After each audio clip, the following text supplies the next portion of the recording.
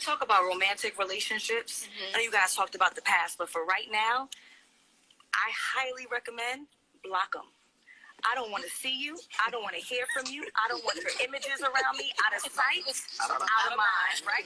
And guess what? And it's unfortunate, but now I'm ending relationships with all your peoples. Yes. So it used to be me and your mama who ain't got our manicures every 2 weeks. Sorry, mama, it's a dub. We're not doing that no more, right? And then your sister was my sister, and then that has to go too. Now, we might get to a point where we can reconcile and I can begin to rebuild those relationships outside of you. But honest to goodness, the only reason we have that relationship is because of you, and we ain't got this relationship no more. Yeah. So now everybody's got to go until I'm prepared to move forward accordingly. That is so real and so healthy to say.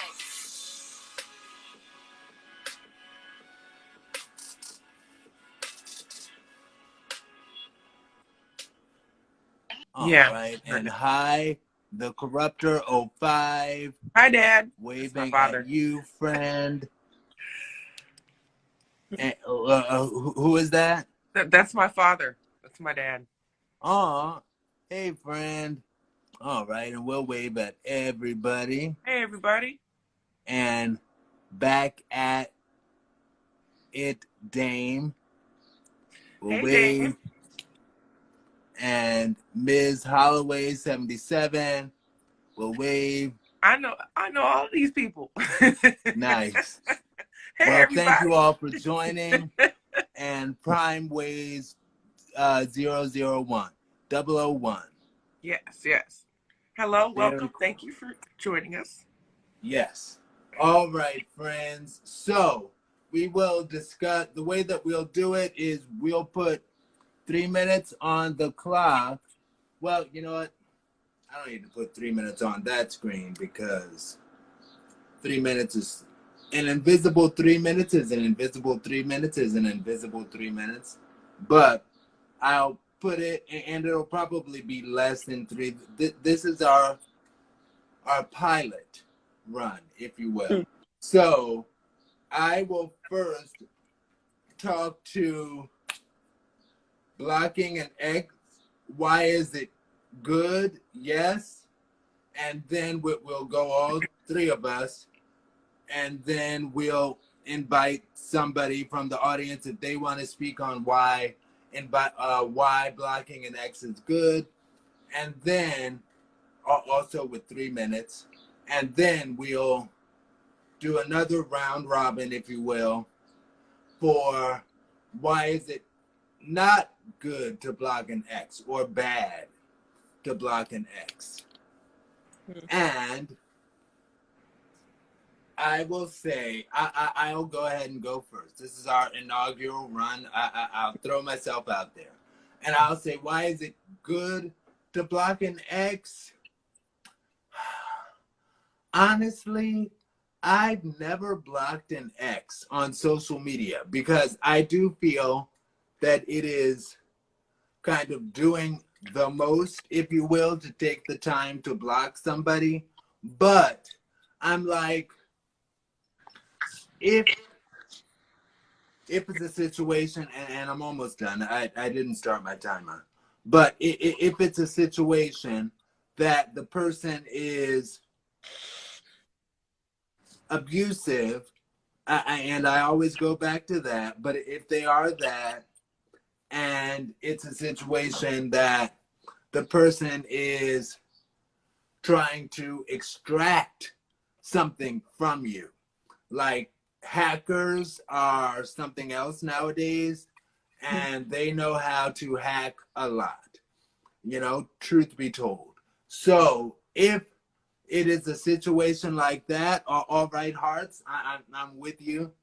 And if it's a situation like that, then yeah, I say block them. Outside of that, though, I don't personally feel the need to block somebody. I'm just like, you can ignore them. If it's that much, just don't pay attention to their message. But that's just my perspective on it. But yeah, if they're trying to get access to your web stuff, because everything is on the internet nowadays, and they're trying to steal something from you, then yeah, go ahead and block them. Outside of that, I don't see the need. But both Chrissy Marie and Kevin will go next and explain why there is the need to block someone from their perspective. So we will, if somebody wants to volunteer to go next, they can. And if not, then I'll call. I will say, out of every relationship I've ever had, and well, technically, I have ex-boyfriends and 2 ex-girlfriends. Actually, I'm still friends with, well, almost everyone, except for my last boyfriend. And think about it, thinking I might not have blocked him, might just have deleted him as a friend.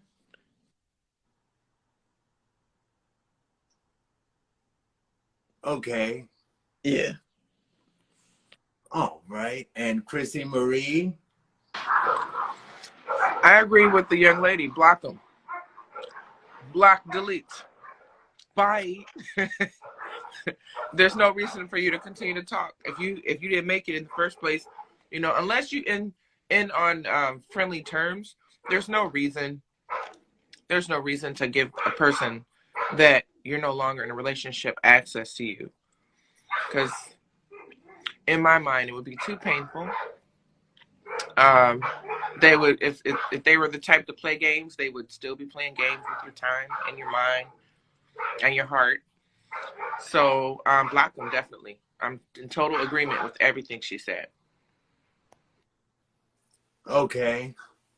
And I will, I guess we'll still have the 1 minute.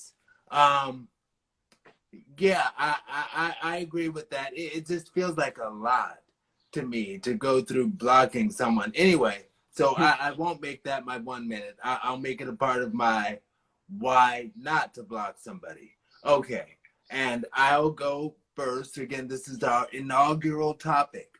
So I will go first. And I've been waving at people, and I apologize. I need to give shout out to every name. And like Cocoa Butter joined.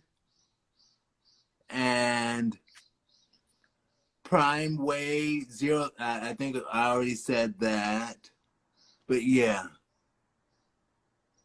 Okay. Okay. I think that's everybody's. And if I missed somebody's, then I do humbly apologize. Blame my inaugural. Anyway, let me stop. But why is it not good to block somebody? I will set my 3 minutes, and I probably won't need anywhere near all of that. But I will say it just feels like a lot to block somebody because they know that you blocked them, and it's like they know like, oh wow, and maybe this is a good thing, but they know like, oh wow, he's taking the time to even block me. So that's I think, again, outside of somebody trying to steal something from you, it's okay to just ignore them. And as far as hanging out with their family and friends and stuff like that, do you have to cut them out? I was thinking about that as well. And I was thinking about how the gay community is such a small community, and many of us are connected anyway. So it's like, if you dump somebody and you're like, I'm going to dump everyone connected to you, who are you going to have left to date? But I don't know, because you I think you can do it, but I don't think it's necessary. Me, I think you can just ignore them, and that's always my thing. If you don't, I don't want to say, for example, I have a mess. I don't want to say that, but I feel that you can ignore them, and eventually they'll get the hint. I've been ignored plenty of times. I've had plenty of dudes be like, I am going to cut him off cold turkey. And I'm like, but please don't. Please, sir. You know, like I'm calling it the Kevin Samuel show. Please, sir. But That's funny. that's sort of just the way of the world. You know, that's what people do. They'll cut you off and block you. Anyway, Christy Marie, do you want to go first? Or last time I think Kevin went first, but we can do that again or do it different. Sure, I'll go ahead and get it done. So, I'm just gonna say that, like back to what I was saying, unless there is a ending of that relationship on friendly terms, like you just know that you two just aren't compatible, and it's not going to go in the direction in which you both would like to go, then in that case, if you could really just be friends from that point on without any hurt feelings or any malice or what you will, then no, it's not really necessary. But for the most part, it's healthy for the individual to just not allow access to someone who's toxic in their life, because they definitely will continue to try to be a part of their, of their time and their space and be all up in their mind and try to crawl up in your heart and in your bed and everywhere else they can get into. So, nah, bro. I'd rather you just not, for real, And if they, even if they're, it's not really necessary as grown people to do things like that, unless it's that type of situation where someone is very like abusive, like you said, not just physically or whatever, but verbally. If they can't talk to you without calling you out your name or putting you down somehow, no, you don't get access to me. No. And yeah, she's right. I'm not calling your sister, your mama, nobody else. We not going out for mani-pedis together no more until I'm to the point where I am healed enough to be able to even handle having a conversation with you. And even then, I still don't want to talk about you, bro. It's not even, no. I'd rather go on with my life and in a healthy way. And you have no access to me because that worry is completely far from me. It's away from my mind. No anxieties are created. Like, I'm not thinking about, oh, this person might call me because they have access. I mean, they could call from another number, but I don't answer numbers that I don't know anyway. So, especially not unknowns. You are unknown to me, sir or ma'am. So, that's what it is. That's what it is for me. Real tea. That's real tea. All right, Kevin. And I have some follow-up after, but go ahead. I will say I don't think, just me personally, and I haven't really been in any situation with the ex to fully block them. Last relationship, I deleted him as a friend. But like for example, my very first boyfriend, we talking about some 20 plus years. Even after the relationship, we're still good friends. And it didn't end bad. So I don't think it's necessary to always delete them or their friends or whatever.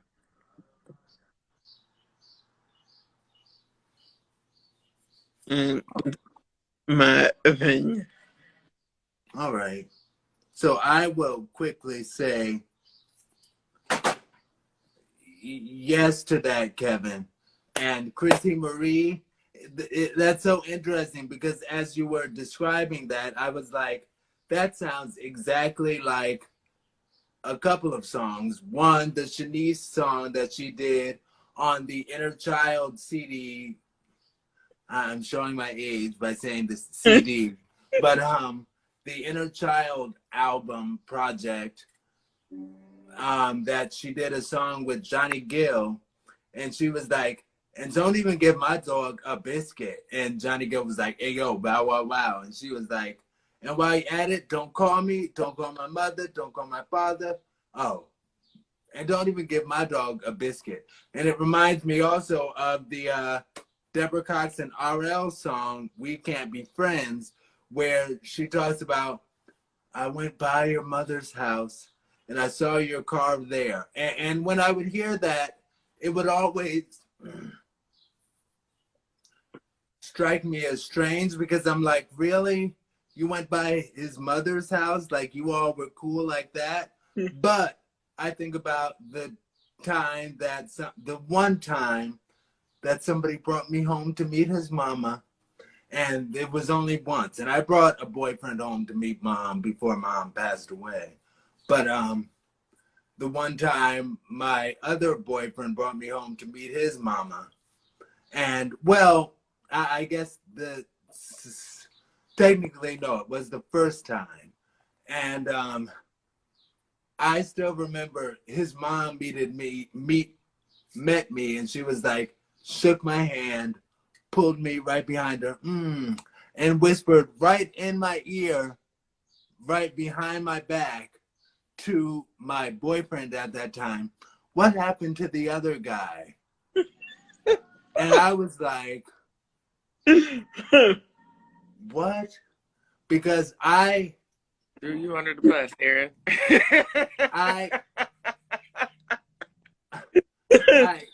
I was floored, but I feel like I'm a good guy, you know.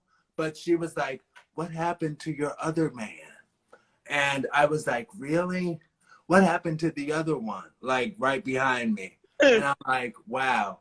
And I remember, and he was actually one of my best boyfriends. It's so funny how other people destroyed what we had, but maybe it was a good thing. Anyway, I'm well over a minute. Anybody else want a follow up? Yeah. So, as you know, I have children. So those are examples in which that's an example, having children with somebody in which you don't block an ex. And I have I have 4 children and 2 of those. So actually my 2 oldest children and I father are still cordial in a friendship type of way. Even though I don't want to hang out or none of that. I don't want to hang out with him or anything. And I don't talk to any of his siblings or anything like that. But we have children together, so we have to talk. Same with my ex-husband. We don't. None of that. No. I have to talk to him. Otherwise, I wouldn't. And he definitely would be. He definitely would be blocked. But blocked out of here. But I'm the crazy one for the most part. So I think it's just meant for me to be in solitude, for real. Anyway, we're not talking about that. Let's keep going.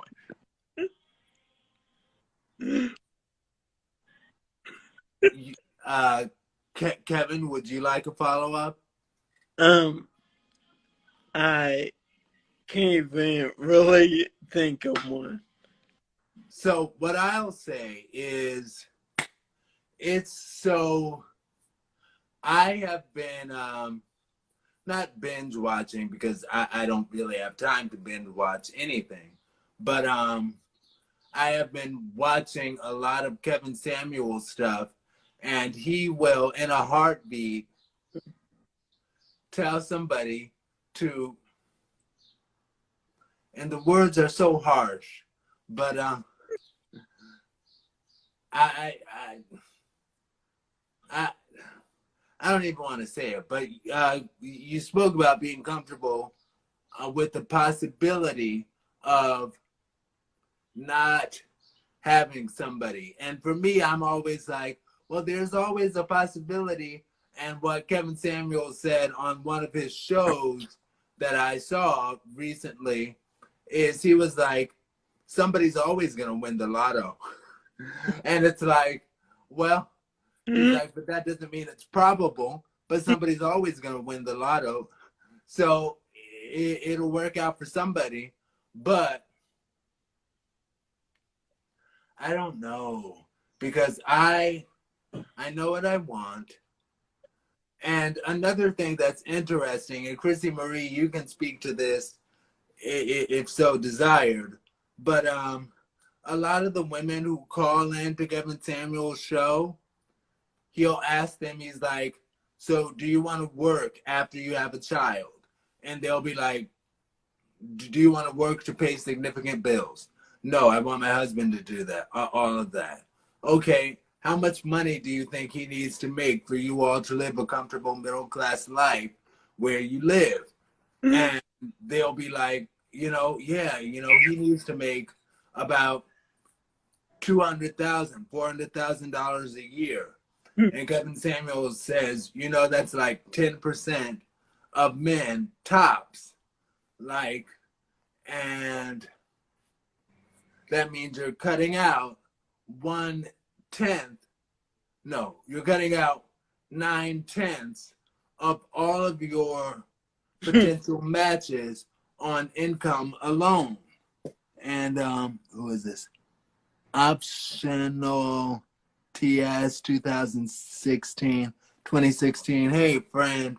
All right. 216. Now, I know that's Cleveland. I'm not going to be act oblivious to that. So, hey, Cleveland in the house, 216. And, but yeah, he'll speak to that. And it's amazing how many people say that they need a man to make at least like $200,000 a year. And I'm like, I'm nowhere near that kind of requirement. It's cute. But I just don't feel that way. I don't know. Kevin and Chrissy Marie, what do you all say? Oh, and hey, Michelle Rogue, and that is our friend Rogue Spiritual. Mm-hmm. And in the house, and Chrissy Marie, okay, Rogue Spiritual said hi. Hey. All right, Kevin and Chrissy Marie, did you all want to speak to needing a man to make 200, at least 6 figures, or does it matter? It really doesn't matter. But on the flip side, I'll also say if these are your quote unquote requirements, can you match it? If you can't even match it, don't say nothing. Okay. I'm sorry, I'll let you finish. No, that was it. It's interesting that you bring up matching it, though, because one thing that Kevin Samuels says again, well, not again, but his advice is primarily to heterosexual people, not primarily, exclusively based on what I've seen. I just apply it to myself because I'm like, he's telling these women how to get a man and I want to get a man. But what he says is when it comes to men of a certain level, they don't care how much you make. It's not about what you make. It's not about what you financially bring to the table because they're set. They're set financially, so you don't have to match them at all. You can just be, I don't want to say be whoever you are, because he did put somebody in their place on that when he was like, but when you get in rooms with these soccer moms and everything else, and everybody, the soccer moms are of a certain level, it will matter to you then. And she was like, but I'm not rich yet. And he's like, anyway, this isn't a Kevin Samuels discussion. But, so yeah. And forgive me on the joining thing, but, oh, well, I guess I can. I don't know. I sent the invites. Who just joined? Yeah. Hey, it's me. Hey. Oh, hey. Hey, how you doing? All right. So you wanted to speak on the topic of should you block an ex? Yes. And why? Also, why should you not block an ex? And we have 3 minutes for each. Depending on what the ex did. I mean, depending on his actions. I mean, if the ex didn't take you nowhere, but it's a lesson at the same time, why not block him? You know what I'm saying? It's always a lesson. So I say like this, you and your current relationship or whatever the case is, and you let it be known, fine. But you should sort of block your ex. I'm out of everybody's world because everybody got their own flavor of love or whatever the case is. But if it just depends on the degree. Now, if you're still cool with your ex, clearly you're not blocking him. But if you can't stand your ex, you can't even stand his face when you bring up your ex's name or whatever the case is, you over here popping Medea quotes like, what did I do to get with this nigga? Like, what was I thinking? Like, nigga, I was lonely and shit. Right. Clearly, you need to block him. Come on, bro. Exactly. Like, seriously, what was niggas doing? And basically, it's depending on the flavor of the relationship. Like, seriously, there's some people, I know some couples that are still cool with their exes or whatever the case is, and I know some people that are not cool with their exes. Actually, I spoke to one of my exes a while ago, I think in this year, and basically I was basically I was talking, basically was like, I forgive him for all of it, and I don't at the same time, because it was sort of, it was like I was dealing with a peck moment of Christian. Like, it was complicated. Like, it was always an argument, it was always a moment, it was always this, and it was always that. But I was like, you know what, I'll just waive it or whatever, because God will handle my exes or whatever the case is, you know? So basically, I'm like, the reason why I don't speak to my ex, I only spoke to him once, but the reason why I was so mad at my ex is because he always brought up his ex when I was heavily in love with him, and he would always throw his ex in my face. So I said in my head one day that, why don't you get back with your ex then, since you love him so much? I was just a seat warmer. I was a seat warmer the whole time. You got me fucked up. Nobody likes to be a seat warmer. As long as it's not seat warming, Not funny. It could be, I don't care what the flavor is, but if he's somebody's seat warmer, block that motherfucker. No, run away from him. That's all I gotta say. All right.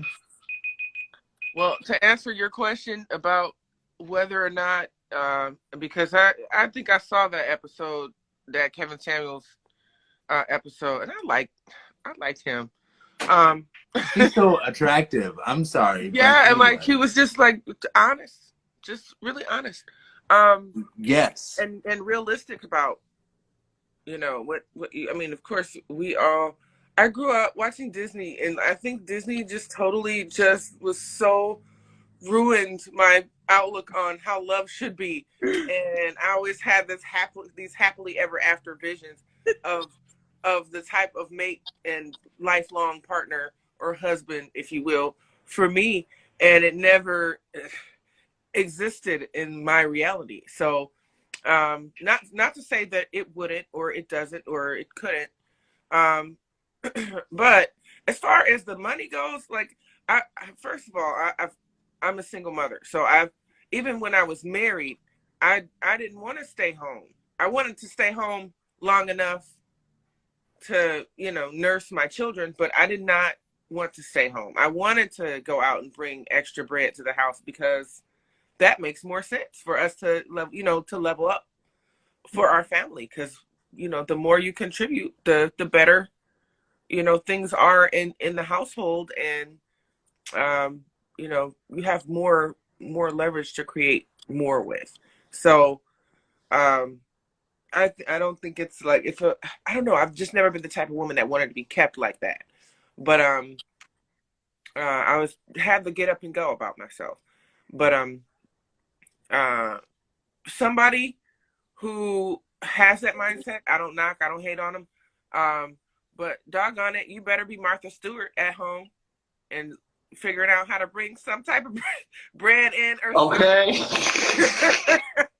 You can't just be cooking and cleaning and feeding and effing your man, and that's it. Maybe if that's all he wants, that's fine. If he's making that type of money to support a household, don't have more than 2 children if that's the case. But, you know, if you have children or you coming in with children, she said, I don't need none of this. My ex got 2 jobs. Right? No, you got to be as a woman. I need to be able to rely on myself. I've always been able to, and I'm going to, you know, like for a man if I meet a man and he tells me, listen, baby, you don't ever have to work again. You know, everything will be on me. You can just sit your pretty little self down and kick up your feet and, you know, just make sure the house is clean and everything. And, you know, now if he said, okay, we're going to have a butler and a maid and stuff like that, I might be like, I'll date you. But but, you know, I'm going to work. I'm putting my work in. So, right. You know, like, it doesn't, one income makes more sense than 2. Like, what if I have more ideas than you? Right. That's gonna get us somewhere. You know what I mean? Like somewhere other than just paying bills every doggone month. Like I like day trips. Right. I actually grew up watching Katie Seagal, and I wanted to be her, a lazy hoe. No, Katie Seagal is not a hoe. Don't talk about my. Oh God! I love her, married with children. Children. Oh God! I'm like, ow, ow. With her bond. I wanted to be her character, and then God told me how to work. I didn't. No, ew. I was mad. Never ever. Oh God, no. I will say this also though, since we are talking about in reference to Kevin Samuels and what he said, he also says that high value men don't want their partners to work at all. because they do want their partners to be home and take care of the home, and that's a thing. And they're not looking for a business partner in the sense of they can create their own stuff. Wait, who is this? Oh, Gaio's joined us. Hey, Gaio. I got you. Yes. Oh, right. Yeah. So he was like, you don't need to make X amount of money to date a high value man because quote high value man because he doesn't care about your money. He makes enough money to support the house, more than enough, you know? And it's like that's a thing. But Chrissy Marie or Rogue Spiritual, you mentioned creativity. And it always comes down to that for me because I'm like, well, what if I get somebody who tries to stifle my creativity? And that would be a problem. Right. If he's like, you know what? I want you to be at home. I want you to take care of the home. I've got it. You don't have to do anything else. You don't have to do hashtag Verse TV stuff. I just want you to be at home, take care of the house, cook, have me a good dinner when I get home. Well, that is clearly hogwash because you was meant to do Verse TV. You was meant to do Verse TV. My ex said the same thing to me. He didn't want me to rap. He didn't want me to do nothing but be his lover. And I was like, what? I was like, damn. I'm like, so you really are a Christian man. I'm like, literally, I was dealing with a Christian, a high value Christian man and stuff. He didn't even want me to wear tight clothes and shit. I'm like, oh, so what are you trying to be, Fragile Star? What the fuck? God, all right. Now. Yeah, from Onyx. The rap group Onyx. Like, who you trying to be, Fragile Star from Onyx? Like, Fragile Star from Moesha Right. too. But anyway, I'm sorry. I'm showing my age. I always show my age. Anyway, whatever. But yes. It's just one of the, sometimes a high value man is not good for everybody because they want you to just stay home and look pretty and cook and clean and do all this or whatever the case is. Yeah. Sometimes it's best when you find the business partner, your own business partner, or somebody that you can build with, because there's good high valued men, like they will actually provide, work till they die, and still have fun and still let you do you. But the high value men that what's your name again? Yeah, I'm sorry, Verse TV, what's your name again? Aaron, man. Aaron, I'm sorry, the high value man that Aaron described, the high value man that Aaron described is the ones that everybody should stay away from. Because seriously, this is not 1937. I don't even get how certain people, certain MCs, certain people be glorifying certain things or modeling 1937 when your ass is young. You got me fucked up like, oh, a man should do this and a woman should do that or whatever the case is. And what if they pass away? And then what? Yeah. I mean, you may have insurance money and stuff like that, but you gotta need to know how to manage those things on your own. You have to need to have some know-how for yourself. And it doesn't mean that you're in competition. It just that it means that you're a worthy partner. You don't even have to be a business partner. That's just my opinion. Yeah, worthy partner. What's wrong with that? Like, seriously. Now, Gaio is in the comments, and she said, people are not, all caps, one size fits all. Right. So to that, what I take from that is, yeah, people are not one size fits all. So for the kind of high value man who's like that, there is somebody for him, but he might not be for you, for me. specifically. But there is somebody for him, even in this millennium.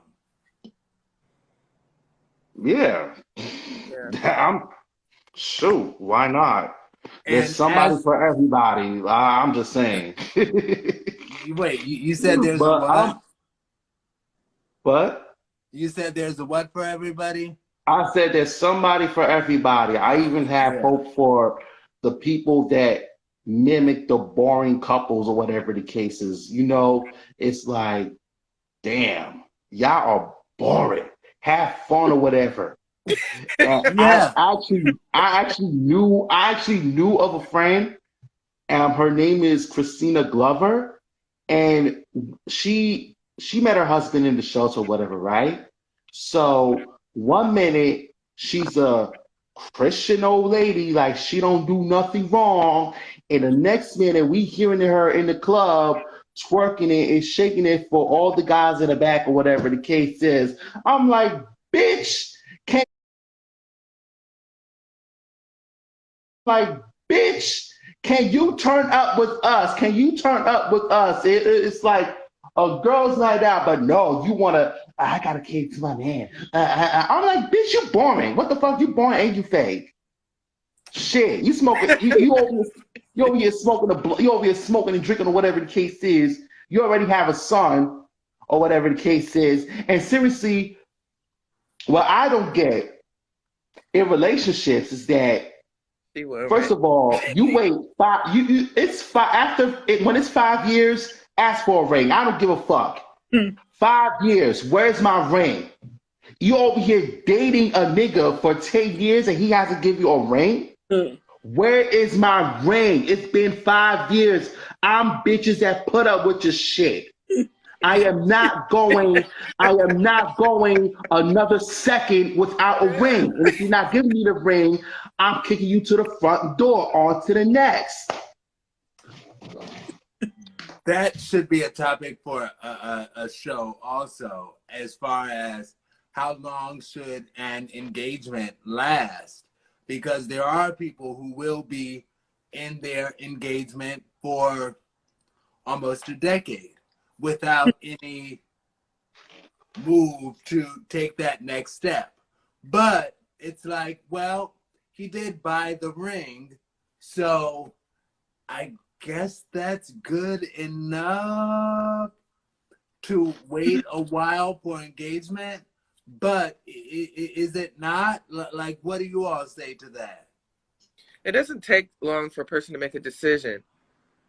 You know, like if you make a decision about somebody, first of all, if you have the same mindset, you want to get married, then date somebody who also wants to get married.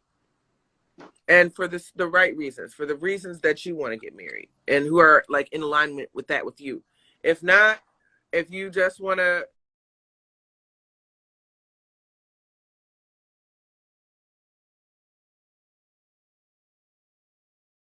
then by all means do that too. But you gotta, y'all have to match somehow, like I'm single, so I do what I want when I want, how I want, with whomever I please. So,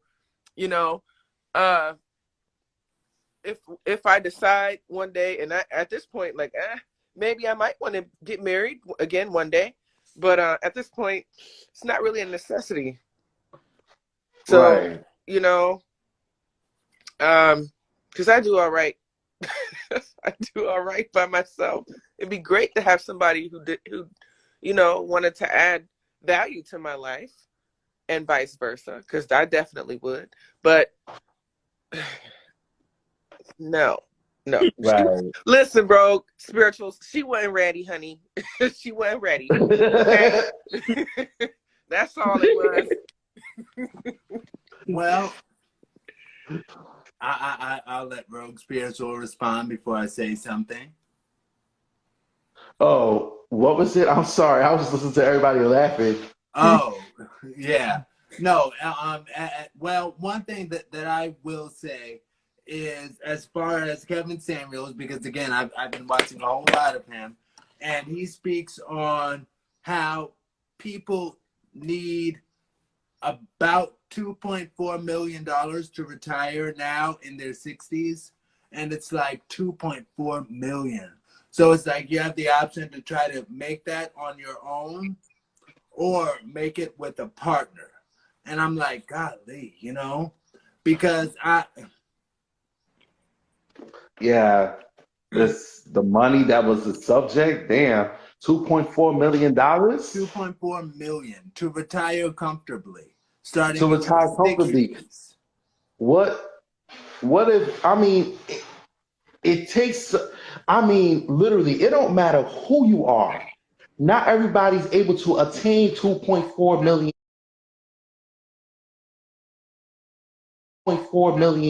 or billion or whatever the case is. It might take your whole life to see it, but you could at least put a down payment for a house or on a better living situation or in a more stable situation or whatever the case is. That $2 million or whatever, that is something that it's going to take a lot of people a whole life to see. Fine, I get it. It's hard work and dedication, but it's not meant for everybody. It's not meant for everybody, whatever the case is. I mean, there's some people that are happy living a simple life without all that money, because sometimes all that money can make you miserable, whatever the case is. And then what if you have a kid? Let's talk about kids. I'm not a parent, but I'm an uncle, and I know what I be seeing. You're never financially ready for a kid. You are never financially ready for a kid. The more money you have, the more expensive they be. I mean, if you're over here with $2.4 million, say goodbye to Medicaid. You have to pay a shitload of copay when it's a common cold for your child. Yeah, that's true. But then, like most wealthy people anyway live a life. Well, not most. I don't know that. It's my opinion. But from the information that I've read in the past, about people who really value wealth, they live a life of thrift. They're not going to be like living a flashy life and everything, even with children. Yeah. But and that makes sense anyway. Especially if you're poor, or like don't fall within a certain type of income bracket. Don't be living the caviar lifestyle with hamburger money. Can't do that. Right. It doesn't make sense. You're gonna always be broke. Right. One thing that I'll say, without revealing too much, I'll say the person who I dated who had the most financial comfort, if you will, of anybody that I dated, he was the tightest with his money. When we would go somewhere and he would Uber home, he would definitely compare the prices between Uber and Lyft and go with whatever's the cheapest. And his philosophy was, even though in my mind initially I was like, oh, it's like $1 difference. He's like, every dollar counts. And it does. And back to Kevin Samuels, another thing that I think about that he said is, he's like, if you've never been on a date to a restaurant that requires reservations, you haven't made it. And I'm like, golly, that's tough. That's tough. But that's the thing. Anyway. I don't think some of those restaurants with reservations, I mean, you hear rappers or singers talking about Benihanas all the time and tapping on a green or whatever the case is. And I'm like, you're over here spending $100 for a burger. You're over here spending $75 for steak that you still have to season yourself in a way. And seriously, you go to the Gucci Fritos down the block, it's only $8 for some rice, some beans, and some boyo and some shit like that. I mean, seriously, you might as well, I don't know why people want that life. And then you got Cardi B over here talking about. I'm coming through. I'm driving. Where you at? Doggone it. That's what, like a 6-hour drive. from Cleveland. Yeah, I mean, I'm in New York City. So basically, Cardi B over here talking about eating halal, driver the lamb. I'm like, I actually ate authentic halal for $8. Like, Cardi B seriously got niggered. I'm like, who the fuck is gonna, like, it doesn't cost much to eat halal. All those, anybody who cooking halal, talking about Cardi, is laughing at Cardi B right now. I'm like, it only costs $8. Like, not the one from the truck, but like a halal joint, a halal restaurant or whatever. It only costs $8 for a plate. They be like all this, the lavish lifestyle that the people that's portrayed on TV, yeah, rappers sing and all that. It's not all that great. It looks boring. Like, damn, what about a cookout in your grandmama's kitchen or whatever? Your grandmama's balcony or some shit like that. Why not talk about your grandma's kitchen? Shit. Yeah.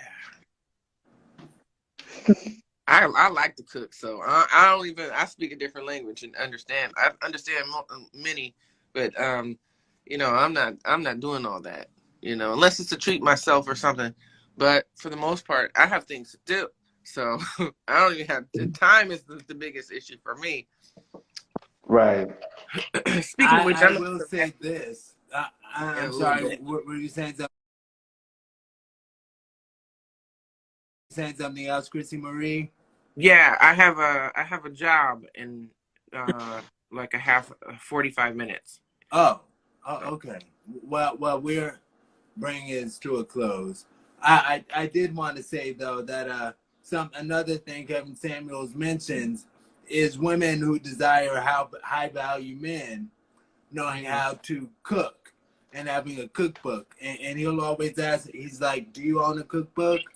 And they'll be like, no, but I know how to boil water, And he explains that that's an important thing, knowing how to cook if you're going to take care of home. So, Chrissy Marie, you are a good candidate for a high value man if that is your so desire. Well, I definitely desire a man with high values, with higher values, for sure. As far as his pockets, yeah, like what Kevin said, somebody who matches me or better, I'm not gonna say no, but I've been personally ridiculed in a relationship, and it was about a decade long, that relationship, for making less money, because they made about 100,000, I made about 35,000 a year at the time, and it wasn't enough for that person, and they was like, flat out, if something were to happen to me, you wouldn't be able to take care of us. But he didn't, at the time, he didn't know my hustle. He ain't know my grind, for real, because, he, first of all, he wasn't paying attention. Second of all, his job required him to be gone a lot, it demanded a lot of his time. So we got into it over just that. And so I'm like, oh, okay, well, this is how this person thinks. But, at one point I was like, well, is this the way guys think? Because I don't really know that. But then here comes Kevin Samuels saying the things that he says. And thank you for that, too, Aaron, for saying that. But I would want a man with high values more than anything. Somebody with some good character and some integrity, Sometimes high value is good character and good integrity. Yeah, somebody who will be faithful, not just somebody who will be faithful, somebody who will basically treat you good, instead of the ones with a load of money or whatever. Because sometimes money ain't everything. No, and they act like they can have everything when they have. So love don't pay the bills. Love don't pay the bills, but if you're gonna entertain a relationship with somebody that you claim is yours, or you're in a commitment with, then why do all that? Right. Like, first of all, it's like the high value man is like I said, the high value is best when especially when you have a high value, best when a high value man cherishes your feelings, this and that, and is actually good to you, that treats you well instead of buying you. Like, who Because the fuck want to be we aren't babies, right? We don't need pacifiers. right? Shit. Who the fuck like this? Who? I don't think anybody want to be bought now. You know, Yeah. I don't think anybody. Honestly, I don't think anybody want to be bought because if as soon as somebody buys you or whatever the case is, you're gonna wind up getting sick of it, and you're gonna wind up saying shit like, "Oh, I got a voice. Fuck out. Why you buying me for? What you trying to buy me for? I appreciate the shit you spend on me in the past, but bitch, I have a fucking voice. I have a fucking voice. I am not your statue. I am not your statue. I'm sorry. I am not your statue. You want me to be with you? I am with you. Now, if you want a statue, go to somebody else." Yeah, I think that's what that guy wanted was kind of a trophy. But yeah, I didn't. What if I want a trophy down? No, I'm just playing. You know, because I really don't. I don't care for gender roles, honestly. Like, there's some things that men can do, only women can do certain things. But there's some things that are interchangeable. They're like unisex activities. So I don't, subscribe to the whole gender role. But as far as that's concerned, like, I would notice every time he knew that he upset me with something that he said, he would buy me something.